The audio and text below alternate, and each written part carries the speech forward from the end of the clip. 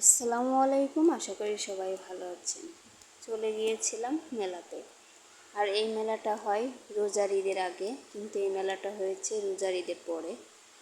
আর মেলাতে ঢুকেই অনেক রকমের জিনিস দেখলাম। প্রথমে টিকিট কাটলাম।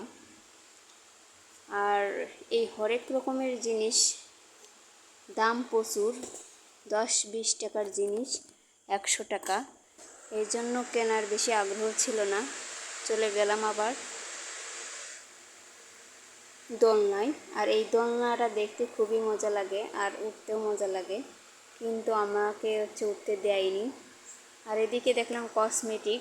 আর এই কসমেটিকের যে কী দাম! আর সব পুরনো কসমেটিক, মানে আগে যা যা ছিল এইবারও সেই একই মডেলের সব জিনিস। এর জন্য কোনো কেনার আগ্রহ ছিল না এবার।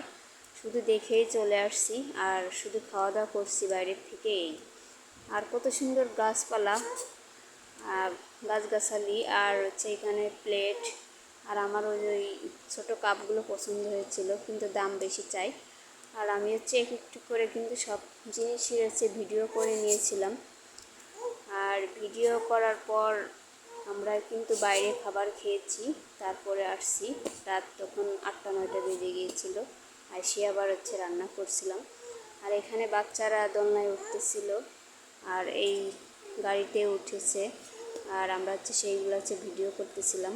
আর এখানে মহিলারা, পুরুষরা, বাচ্চারা সবাই এই গাড়িতে উঠছে। আর গাড়িটা দেখতেও চমৎকার লাগতেছিল, কিন্তু আমার আবার এসব ভালো লাগে না। জাস্ট আমি সবখানে ঘুরে কিছু কিনেছি হালকা পাতলা। আমার ছেলে ছিল, সে তো আবার বায়না ধরে গাড়ি কেনার জন্য। তার জন্য 2টা গাড়ি কিনেছি, একটা প্লেন আর একটা ওই যে অটো রিক্সা, ওই যে অটো বলে। আর এইখানে পান। আর পান আমার খুব ফেভারিট একটা জিনিস। আমার কাছে এই আগুনের পান বা যে পানি বলেন না কেন, মিষ্টি পান দেখতে খুবই ভালো লাগে, খেতেও মজা লাগে। আর এইখান থেকে খেয়েছিলাম ঝালমুড়ি। ঝালমুড়িটা বেশ ভালোই লেগেছিল।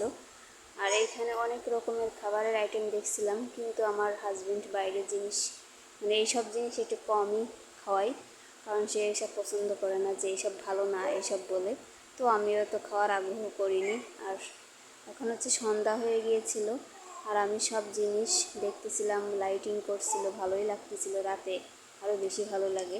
এখন আমার ছেলে গাড়ি দেখছে, সেই গাড়ি নেওয়ার জন্য বায়না শুরু করছে। তার জন্য 2টা গাড়ি নিয়েছি। আর এখানে বেলুনের মেলা দেখছি যাওয়ার পথে। আর খুবই ভালো লেগেছে। আপনাদের কেমন লেগেছে অবশ্যই জানাবেন। আল্লাহ হাফেজ।